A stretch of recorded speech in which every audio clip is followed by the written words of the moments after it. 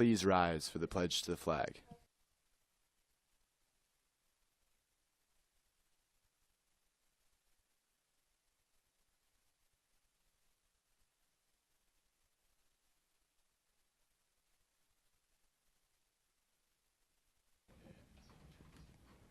Good morning, Cedar Crest. It's Monday, March 18th. I'm Emma Eisman. And I'm Megan Carpenter. Coming up, the bowling team made history at states this weekend. We have bowling coach Wagner in the studio to talk about it. Also, the color guard places again, and hear Mrs. Dresch singing and playing the guitar. We'll be right back with all this and your school news.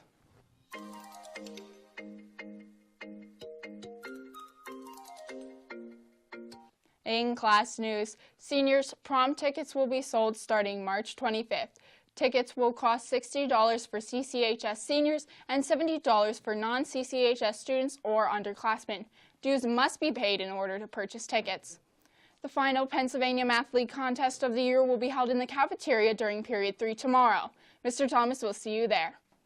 Students currently in grades 9 through 11, Lebanon Valley College is hosting a health and biomedical science camp on their campus from June 23rd to June 28th. This camp will provide information about being a biomedical scientist and health professional. Registration and a fee is required for this program. Stop by the College and Career Center desk in the library for an informational flyer if you are interested in this great opportunity. In school news, Relay for Life is coming up. Relay for Life t-shirts will be on sale the first week of April outside of room 207. T-shirts are $8. Be sure to get yours. The color guard placed first in their last regular season competition at Conestoga Valley this weekend. They compete against other gold class guards from around the state.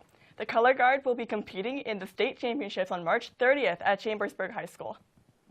You may have heard biology teacher Mr. Dresch serenading students as they passed through the 200 hallway on Friday.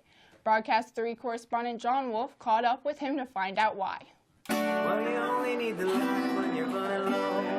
Only miss the sun when it starts to snow. Only know you love when you let it go.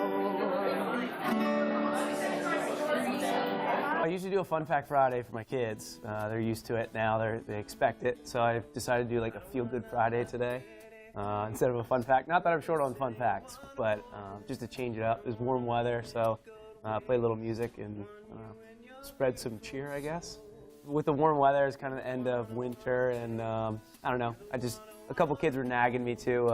They saw me playing at Christmas time or the holiday break, and they said, "What are you bringing your guitar in?" I was like, "Well, you know what? Today's a good day," so I decided to bring it in and go from there. My mother-in-law gave me a guitar, and she said she wasn't playing it that much, and kind of sat around for a little, and I said, "Well, let's start playing this thing." And so I went on YouTube and tried to figure things out, and slowly but surely kind of continued playing. And, it's a kind of a lifelong hobby, I think.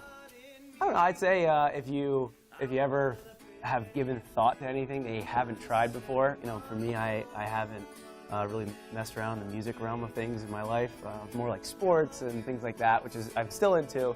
But now I'm kind of exploring something I've never dabbled in before, and it's a lot of fun to kind of push yourself and experience different things outside of what you're comfortable with. Mr. Dresch says he has a repertoire of 70 songs he can play.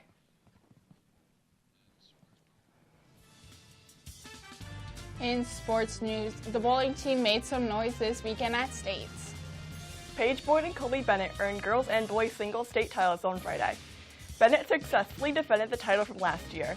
This is the first time in state bowling history that both single champions are from the same school. The bowlers were not done yet. They won the team state title to compete in a sweep of states by Cedar Crest. This is the first state bowling championship where the first time a school has taken more than 3 championships. And now we send it over to Philip Patches at the interview desk. Today we have bowling coach Miss Wagner in the studio to talk about the team's incredible achievement. So Coach Wagner, you have a group of bowlers this year who have made state championship and state history, the state championship trifecta. How did these individuals on the team do it? Well, they've been bowling since a very young age, and they all came up through the same junior programs, either at Cedar Lanes and Palmyra Bowling. So they're very familiar with each other, and they have that tight-knit chemistry that kind of is required for a championship team to come together and throw the shots when it's necessary coming down the stretch.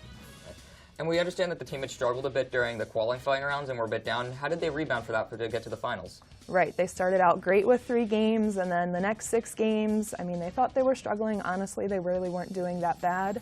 The entire field was struggling, but through earning the number 2 seed in the final round, they got a bye the first round, and they were able to have some practice time and relax and have some snacks and just regroup and settle back into that mindset where they were able to compete at that level they needed to. And we know you're losing only one senior this year, Scott Garrett. How do you feel the team's going to be affected by this?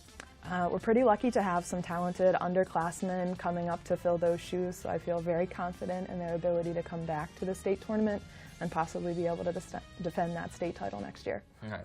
Well, thank you for coming, and congratulations to the bowling team. And now I'll send it back to the news desk.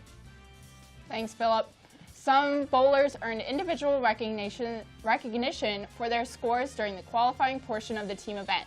Paige Boyd was named to the girls' All-Star team and rolled the high game and series for girls. Colby Bennett was named to the boys' All-Star team and rolled the second high game and high series for boys. Darren Zombro III was named to the boys' All-Star team with a 637 series. And now we send it over to Kyle with your weekly weather outlook. Kyle, are we going to get another taste of spring? Well, those nice few days last week actually was above average weather, so I wouldn't expect that to be around the corner anytime soon. But you're going to see more seasonal weather with near average temperatures, including for today. So starting off, we're going to have mostly cloudy skies for today with a high of 46 and a low of 26. Tomorrow's going to be mostly sunny skies yet again with a high of 47 and a low of 27. On Wednesday, it's going to be clear yet again, mostly sunny skies. We are going to start to see those temperatures start to increase a little with a high of 53 and a low of 35. On Thursdays, we when our next system moves in, but it's going to be mostly hit or miss showers in the morning with cloudy conditions in the afternoon, so not much really to speak of with a high of 52 and a low of 26. That's all for your weekly weather outlook. Back to the desk. Thanks, Kyle. The Week 28 Daily Wings of Praise winners are Elijah Murrell, Colton Allen, Hannah Arndt, Brooklyn Varner, and McKenna Holland. Thank you to Giant of Lebanon for donating to our Daily Wings of Praise gift cards. Congratulations to our winners, and everyone keep showing your Falcon pride. If the winners could see Mr. Schaefer in the office prior to the end of homeroom. That's all for your morning announcements today. I'm Emma Eisman. And I'm Megan Carpenter. Make it a great day, Cedar Crest.